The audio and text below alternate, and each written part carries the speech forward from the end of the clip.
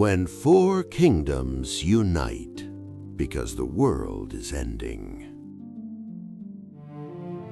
The Hall of Eliorn filled before the council even began, not with noise, not with preparation, but with something heavier: absence.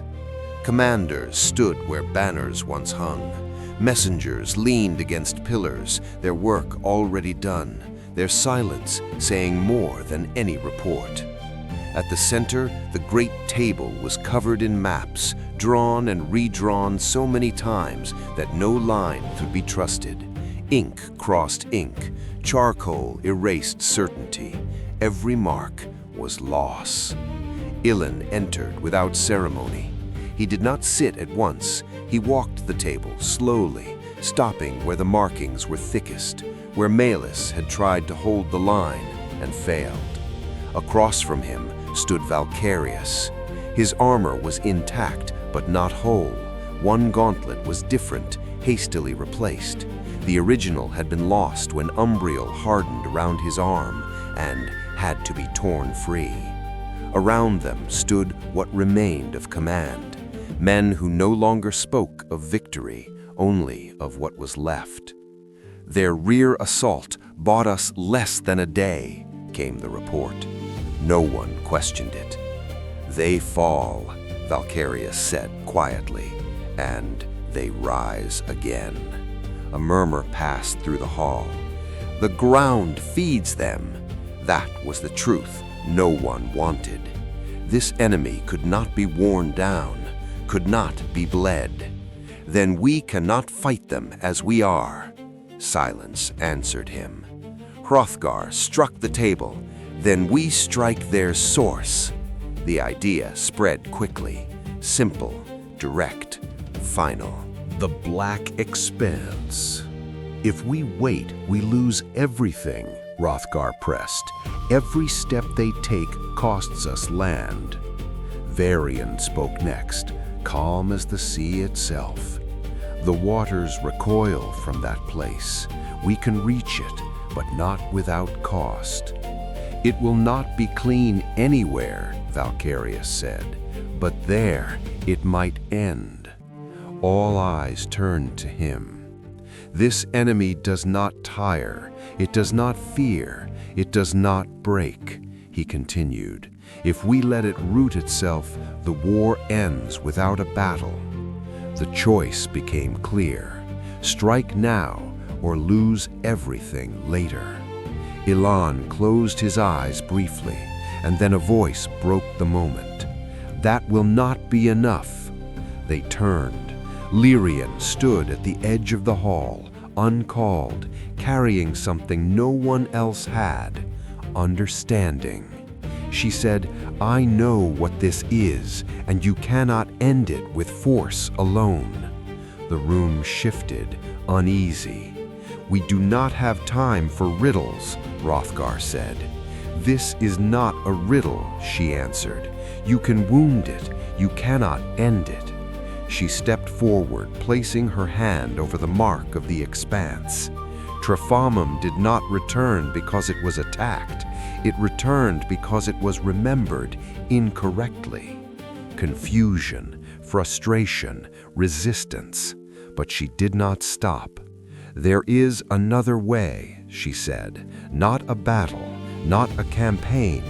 Ilan watched her carefully. What are you asking? He said. That while you prepare for war, you prepare for something else. A strategy that does not end with the fall of a city. Silence followed, and then nothing. They did not reject her. They did something worse. They postponed her. War demanded numbers, soldiers, supply. Lyrian offered none of those, so she was set aside. Not because she was wrong, but because she did not fit the moment. She left the chamber without protest, but the truth she carried did not leave with her. Thalinus found her soon after.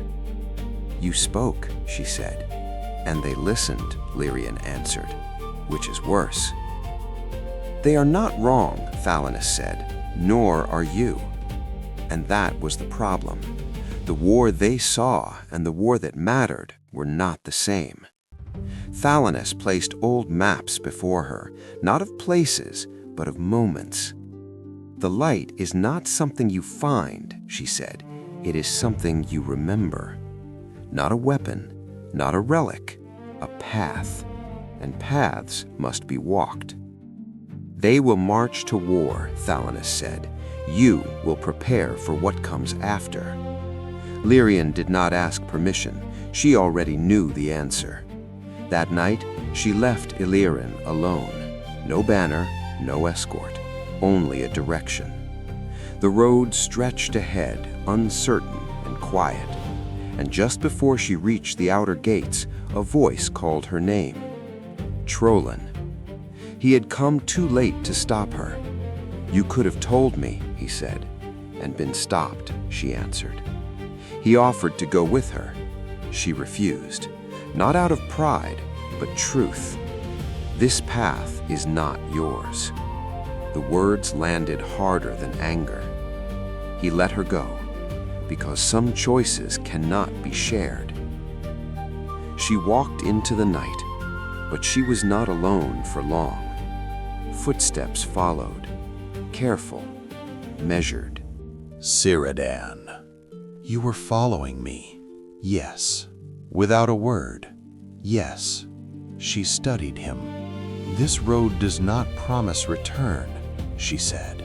It promises purpose, he answered. And that was enough.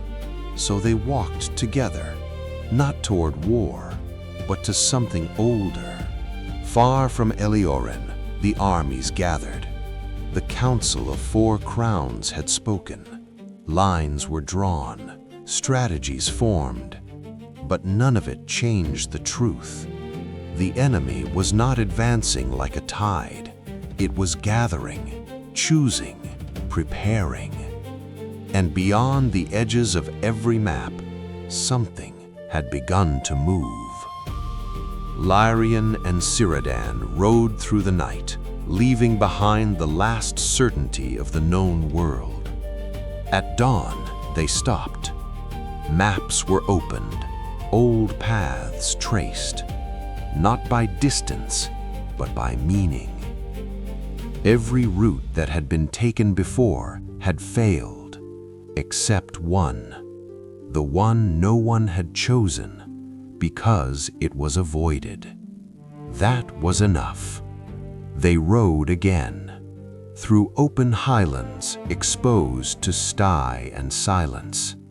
By dusk, they reached it, a waterfall hidden between stone. Behind it, darkness. The path is below, Lyrian said. Círdan looked at the water, then at her. I don't swim well. She almost laughed. Then don't sink. She stepped into the water without hesitation. Cold, sharp, alive. Trust me.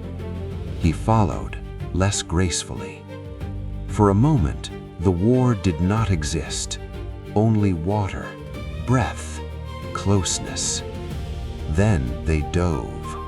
The current took them, pulled them beneath the surface, into darkness. Stone closed around them. Light vanished. And somewhere beneath the mountain, a forgotten path opened.